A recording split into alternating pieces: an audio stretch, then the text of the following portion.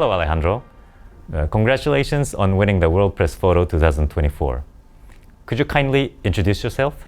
I'm Alejandro Cegarra. I'm a Venezuelan photographer living in Mexico City. Could you tell us your career as a photographer? My career as a photographer started in 2012 when I started working in a small newspaper in Caracas. It was called Últimas Noticias. Then I went to Associated Press. I was there for 3 years. You started as a photojournalist from the beginning. I always knew that I wanted to be a photojournalist, and not only a photojournalist, but also some kind of documentary photographer. But at the same time, I tried to develop personal projects, documentary projects, and long-term projects. I see. Could you explain to us about the World Press Photo Awards you received in 2024? I received in 2024, this year, I received the long-term project of the year, the award of the year for my project T2 Walls. That is in Mexico, and it's a project that started in 2018, soon after arriving in Mexico, moving from Venezuela, and I ended that project last year in October. Could you please explain to us about the detail of your work?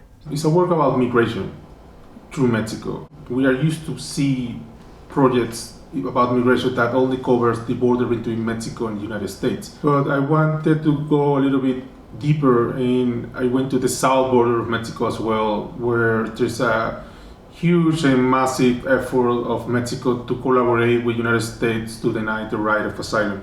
So that's why the project is called the Two Walls. It's not only the wall that we know that is in the south of the United States, North Mexico, but also the wall that sits that Mexico it is by itself. So I spent 6 years photographing that project with that idea in my mind, and trying to not only show the physical hardship of crossing Mexico, but also psychological pain of crossing, like the uncertainty, and how they arrived to a wall that pushed them back to Mexico again. That was one part of the project, and the other part of the project was showing basic human feelings and universal feelings that we can all have in any situation around the world, but the people, the migrants and the asylum seekers, they are having them in Mexico as they cross the United States. Thank you.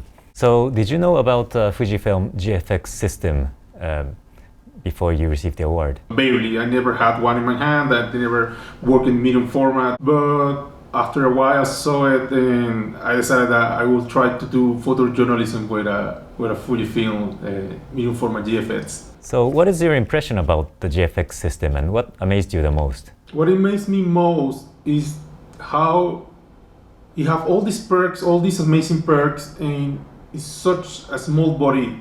I always say that no camera can see like the human eye, but this is the closest I have ever been to photograph the way I see. For the first time in my life, I'm not retouching, I'm not spending that much time in the computer, because everything is really close to how the human eye actually sees. And that the opportunities that I see are endless, and I want to do long-term projects in color with this camera now. As a World Press Photo 2024 winner, would you give comments to the people who will apply in the future?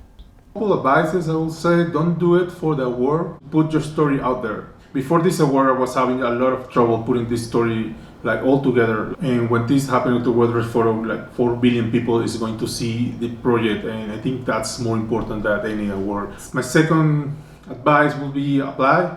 Don't be afraid about rejection. Any creative work has some kind of rejection, and that's some element that it will keep you pushing yourself. It's not a race, it's more like a marathon for me. I think it's a great advice. Thank you so much. So I think this is all the questions I have, and thank you very much for the interview. Thank you.